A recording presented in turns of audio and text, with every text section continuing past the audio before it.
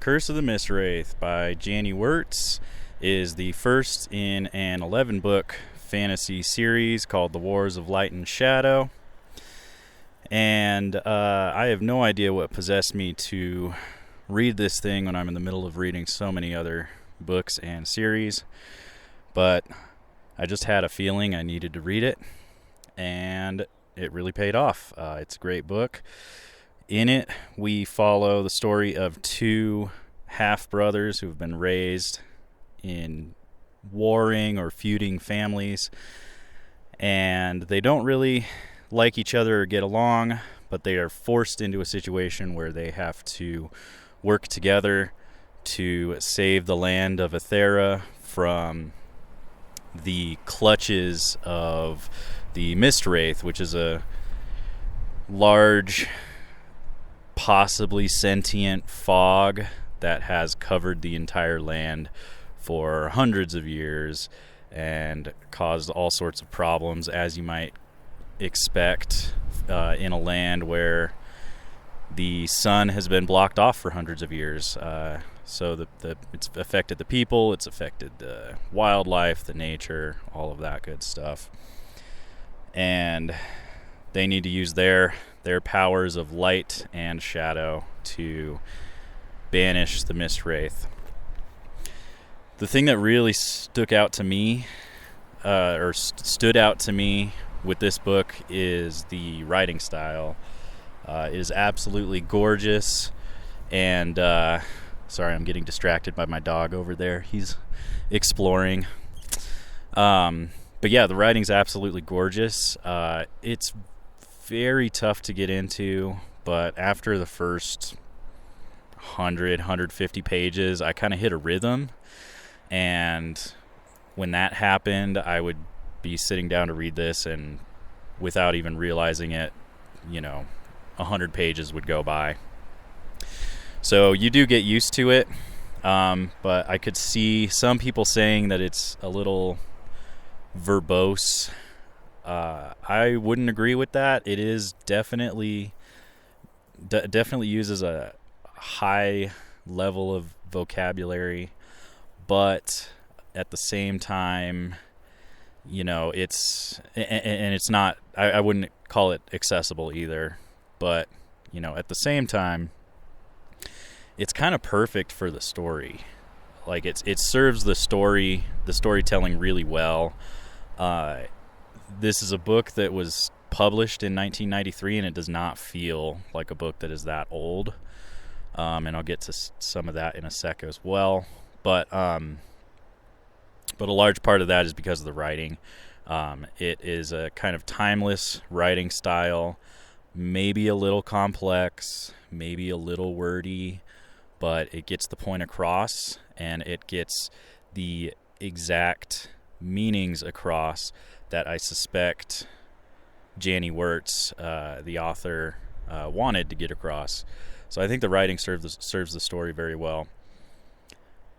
As far as the other aspects of the book, I really like the characters.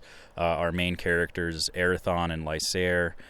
They are very well thought out, very complicated characters. They go through a lot of changes. Both of them go through a lot of changes throughout the books, or the book here.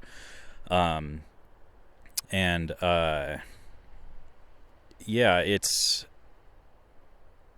back when it came out, it was maybe a more fresh subversion on some classic fantasy tropes, like the assumptions about who is good and who is evil, stuff like that.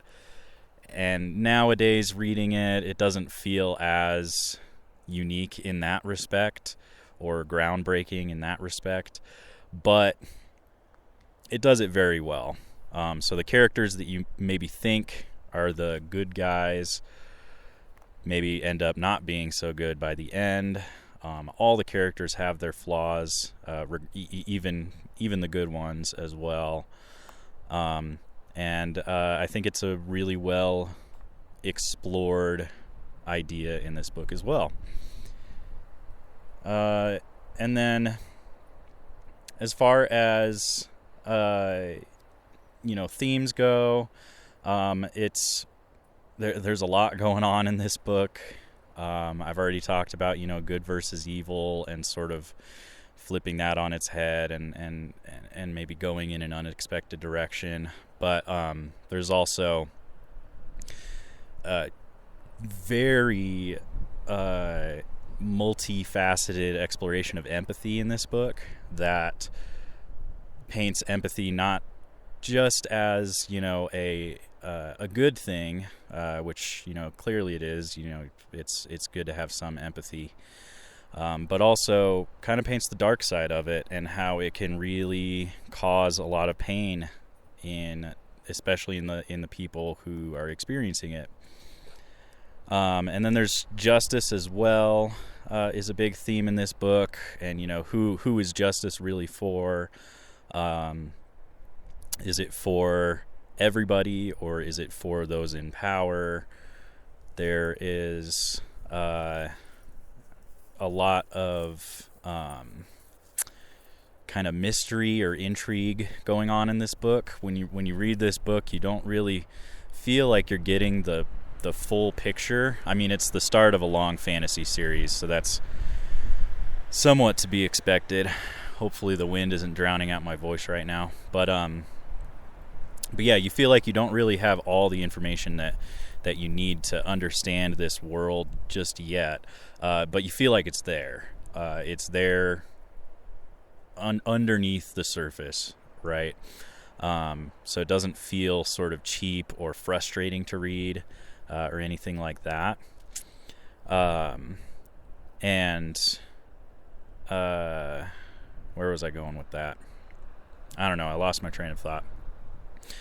The world itself, though, the world building, like I said, there's a depth to it. You feel like you can't quite dive all the way into it just yet, like I was just saying. But it's very well done. It feels very real. There are a couple sections in this that are pretty expository, pretty much just straight up exposition. But I feel like fans of fantasy books probably aren't going to mind that too much, because it's not as bad as some other first books in fantasy series. And most of it's done very organically, especially since we get to see the story from the perspective of two characters who are also unfamiliar with this world. So we kind of experience things from their perspective. We get to learn things along with them. And probably one of my favorite things when it comes to that sort of information gathering as you're reading this is that by the end of it, you have enough information that it kind of recontextualizes some of the things that you read in the beginning of it, particularly with the title. What actually happens in the story kind of reveals that the curse of the Mistwraith, the titular curse of the Mistwraith, is not necessarily what you thought it was when at the beginning of the story. And what it ends up being is going to have consequences and ramifications felt throughout, I'm sure, the rest of the series as I continue reading this. So I'm very excited. I like this book. It is yet another massive fantasy series to be getting into right now. But yeah, I would recommend this for any fan of fantasy literature, especially right now because the last book, the 11th book, just came out this year. So, 11 books spanning, 31 years of publication. That's quite an achievement. So, yeah, can't wait to continue this. Curse of the Mistwraith by Janny Wurts. I can give this a strong recommendation. See you next time.